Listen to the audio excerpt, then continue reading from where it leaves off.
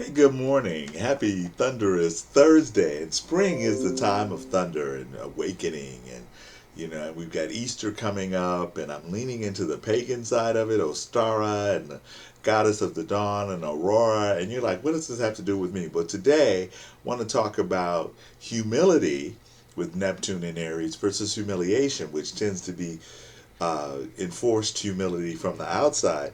And since we're overthinkers, right, and Aries rules the head, so Aries season is all about how we think and how we want to get over sometimes, and we can be really competitive.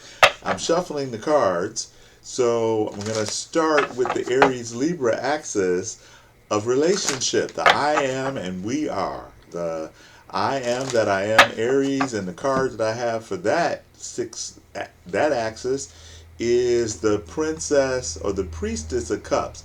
This is the Mother of Cups, and in Bernadette's animal deck, it goes to the jellyfish, which has been around for millions of years, the translucent energy. And the Queen Priestess of Cups is water of water, so it's the soul of soul. However do you want me? However do you need me? That back to life classic joint, soul to soul.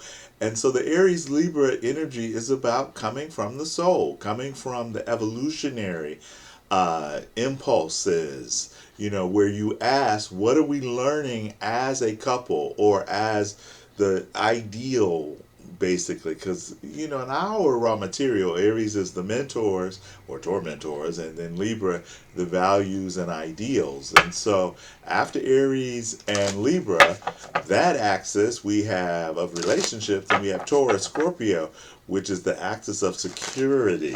You belong to me. Well, do I? Don't I belong to myself? Taurus says. And so the card I'm getting for you guys, Taurus and Scorpio, is the Four of Discs. This is probably my favorite symbol, because you don't know if she, he, or they are opening the door or closing the door. So you control your boundaries. This simplistic, quintessentially decluttered minimalist space. Oh, Marie Kondo would love that, right?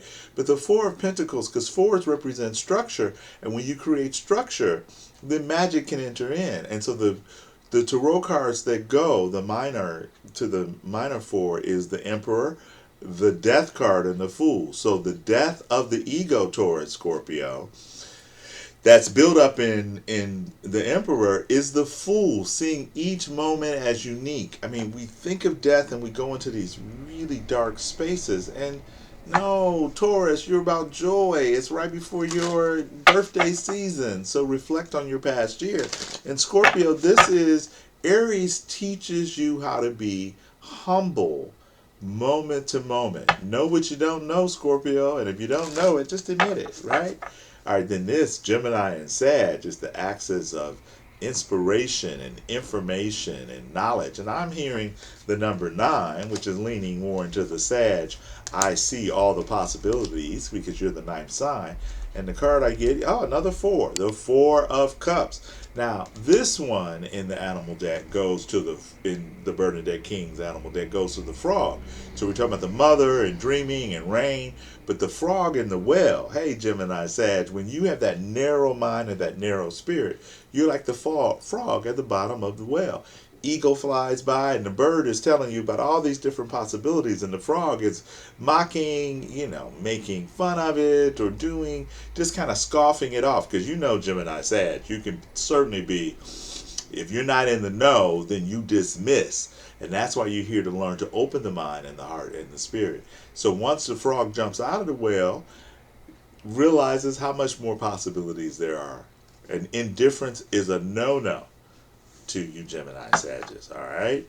The next one is the axis. We had the axis of security with Taurus and Scorpio. Then the axis of inspiration, with Gemini and Sagittarius. And now we're at the axis of responsibility, Cancer, Capricorn. So we've got all these four. So I'm gonna count the fourth card down for you guys, and I get the Six of Cups. Oh, the joyous otter, writing those feelings into expression. Be all the feels all the time. Cancer, as long as you're balancing in the structure of Capricorn, reading your room, reading the environment, that Four of Pentacles that we got back with Taurus and Scorpio, oh, you're beautiful. And Capricorn, know when to maybe drop the boundaries. But the Six of Cups is that simple, heartfelt gift. And I was talking to my son this morning, and it's really son and my mother, my Taurus sandwich, basically, because they're both Taurus individuals. And what I've come to understand is that their earthy energy kind of banks my water, where if it gets too intense or too overflowing, they kind of ground me or bring me back down to earth. But one of the things that my son has consistently impressed me about is his ability to know the simple gesture, the heartfelt gesture, the right thing to say, the right thing to give. And that's the Six of Cups, you Cancer and Capricorn. It's not about the showy, everybody seeing everything. Sort of like the secret gift giver. If you're Christian and celebrate Christmas, it would be the secret Santa. Or since we're in Easter Lent, then it would be the Easter bunny and hiding those treasures.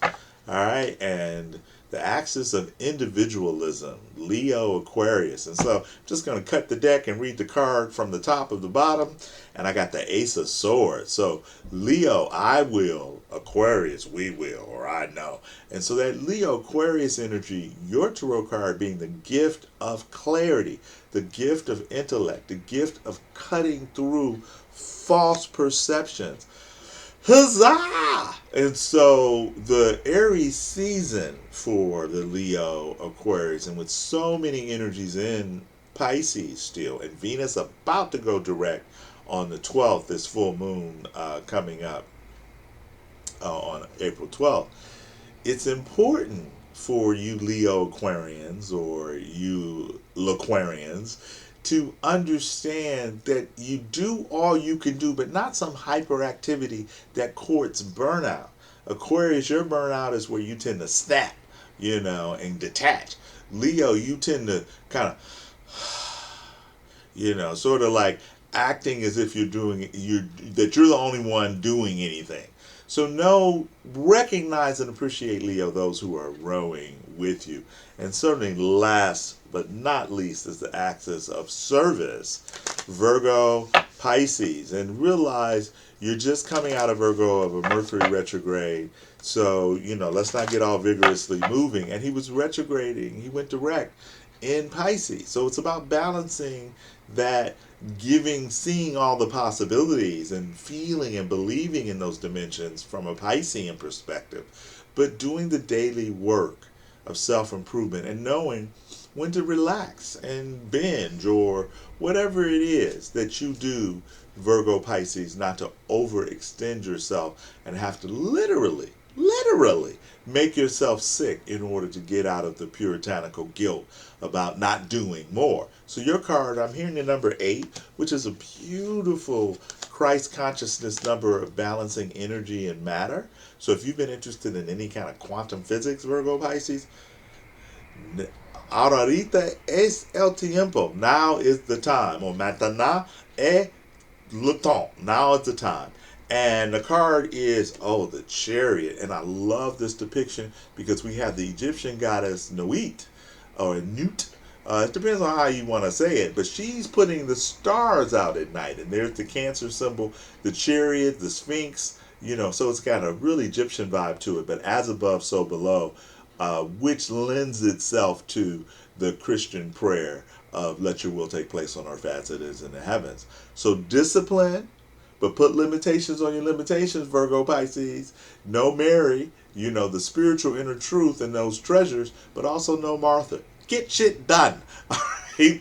Subscribe to www.belief is not required. This channel, the website, Our Raw Material also has a channel and a website.